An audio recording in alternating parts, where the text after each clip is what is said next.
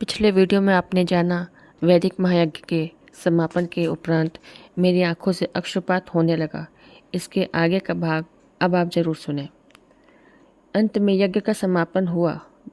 वर्तमान परंपरा सद्गुरु आचार्य श्री का दर्शन मैंने बहुत ही अन्यमनस्क भाव से किया, क्योंकि मुझे आँख की रोशनी के जाने का भय हो गया था। मैं पंडाल में ही लेट गया। नींद टूटी तो मेरा आश्चर्य का ठिकाना नहीं था। मेरी पपनी हिल रही थी, ऊपर नीचे भी हो रही थी। आँख के डॉक्टर के पास मैं गया तो डॉक्टर भी आश्चर्य करने लगा और उसने कहा कि अब आपके आँख के ऑपरेशन की ज़रूरत नहीं है, और वह दवा देकर मुझे विदा कर दिया।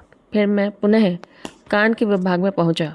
हर हफ्ते कान के पर्दों की सफाई एवं सुनने की शक्ति का माप लिया जाता था।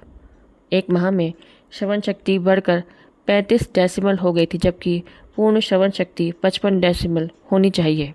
आश्चर्य तो तब और हुआ जब कान की हड्डियों के ऑपरेशन हेतु एक्सरे लिया गया तो देखा हड्डियां स्वतः सेट हो गई थी।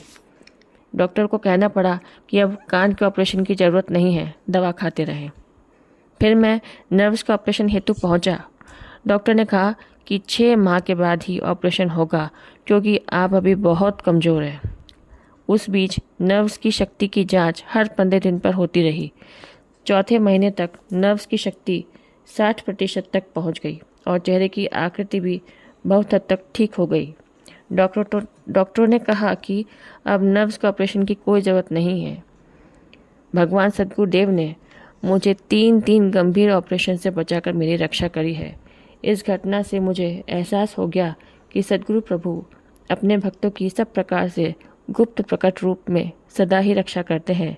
यह भी एहसास हुआ कि सद्गुरु द्वारा आयोजित वैदिक महायज्ञ के धुएं से असहाय रोगों से छुटकारा मिल सकता है।